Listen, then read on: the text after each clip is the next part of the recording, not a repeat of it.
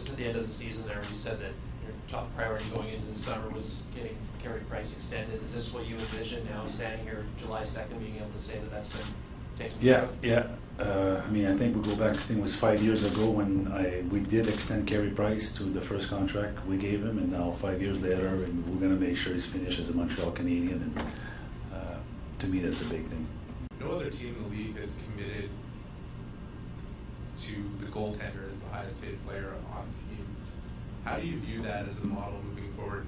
Do you think that is a model that other teams might look at moving forward if they have a goaltender worth locking up? Well, nobody has a goaltender like Carey Price in the league. So until they do, they don't know. You know what?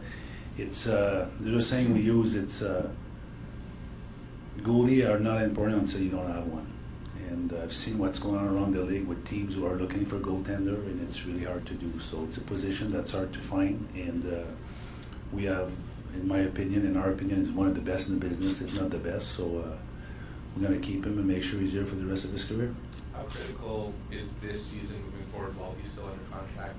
You just said to Philip that ideally you'd have liked to have signed him for less, but that's how negotiations go. Correct. This year he makes $6.5 million moving forward.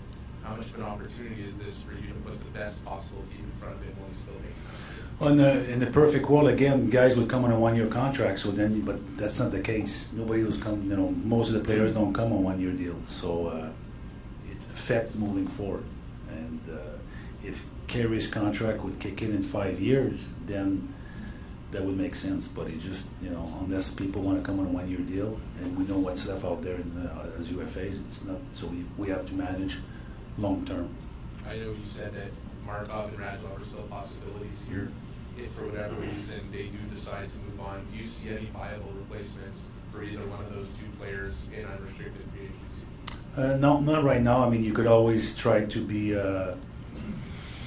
manage. We have young guys, you know, the Udon, the world, you know, is coming in. We'll have to do by committee, I guess. I mean, we're not gonna start making, you know, inventing players who are not there. So we'd like to have these guys back, but there's so much we could do. Now, what's your number one priority? Right now, to wait and see what's going to happen with our UFAs, our own UFAs who are hitting the market.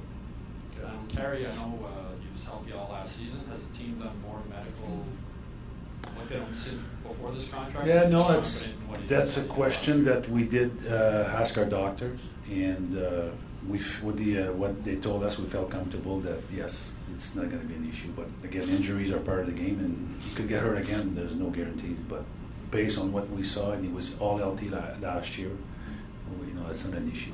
Probably that's one last one. Also, Carey played great in the playoffs last year. Your team still lost in the first round. If Radulov doesn't come back, how confident are you in the offense for next season that we're going to same well, ending? you know, playoff hockey, you get your bounce. You get it's. I mean, we played the Rangers pretty good. I thought most of the games we all played in, but we lost. That's just the bottom line. We lost, and we seem to forget that we trade for a kid, Jonathan Dwayne, who has a high ceiling. So we'll go back and we'll see what happens. But I feel comfortable with if Radu isn't signed, that Joe definitely could pick up the slack. Now that Carey's current teammates or potential teammates know that he's under contract for 8 years, is that almost in effect a recruiting tool for you? Well, I know when I talked to Carl, one of the first questions is, you know, you think Carey will be here for a long time? And you know, I said, well, you know, we'll do our best so to make sure Carey is. So yeah, that question came, and I'm sure now that they know I